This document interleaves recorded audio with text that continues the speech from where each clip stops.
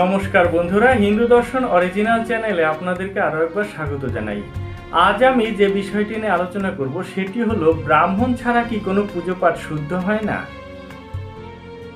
আমরা যে কোনো দেবদেবীর পুজো করার মনস্থ করলে একজন ব্রাহ্মণ পুরোহিতকে ডেকে নিয়ে আসি। ব্রাহ্মণ পুরোহিত যথাবিধি মন্ত্রপাঠের মাধ্যমে পুজো সম্পন্ন করে দেন এবং তার প্রাপ্য দান দক্ষিণাদি নিয়ে চলে যান।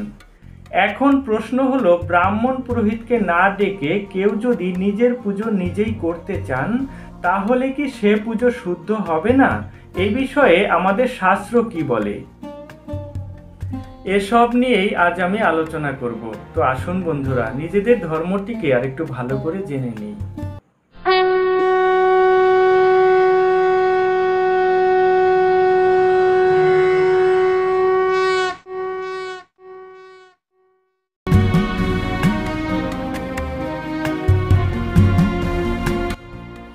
প্রত্যেক পুজোরই কিছু নির্দিষ্ট নিয়মকানুন রয়েছে। শুধু তাই নয়, প্রত্যেক পুজোর আলাদা মন্ত্রও রয়েছে, যেগুলো না হলে কোনো পুজো পাঠই সুসম্পন্ন হয় না। অধিকাংশ মানুষেরই সেসব নিয়মকানুন এবং মন্ত্রাদি জানা থাকে না, সেই জন্যই পুরোহিত ডাকার প্রয়োজন পড়ে। একজন পুরোহিত আমাদের হয়ে পুজো সম্পন্ন করে দেন, অর্থাৎ পুরোহিত মশাই হলেন আমাদের প্রতিনিধি মাত্র।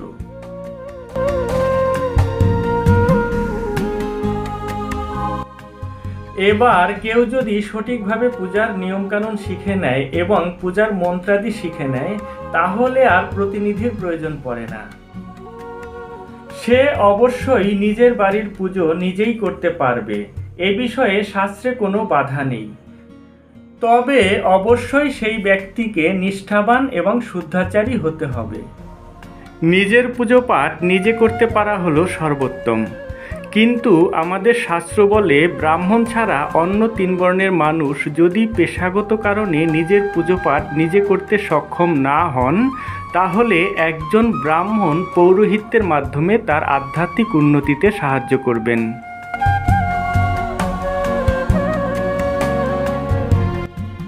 বৈষ্ণব সম্প্রদায়ের কোনো অনুষ্ঠানেই ব্রাহ্মণ পুরোহিতের প্রয়োজন পড়ে না। বৈষ্ণবগণ নিজেরাই নিষ্ঠাভাবে কৃষ্ণের ভজনা করে থাকেন। স্বয়ং কৃষ্ণের ভজনাতে যখন ব্রাহ্মণ পুরোহিতের প্রয়োজন পড়ে না, তখন অন্য দেবদেবীর পুজোতেও বাধা থাকার কথা নয়।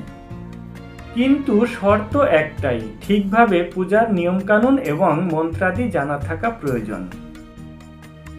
তো বন্ধুরা, আশা করি আপনারা বুঝতে পেরেছেন। আপনি চাইলে ব্রাহ্মণ পুরোহিত ছাড়াও নিজের পুজো নিজেই করতে পারেন। আজ এ পর্যন্তই, দেখা হবে আরেকটি নতুন ভিডিওতে। ধন্যবাদ, নমস্কার।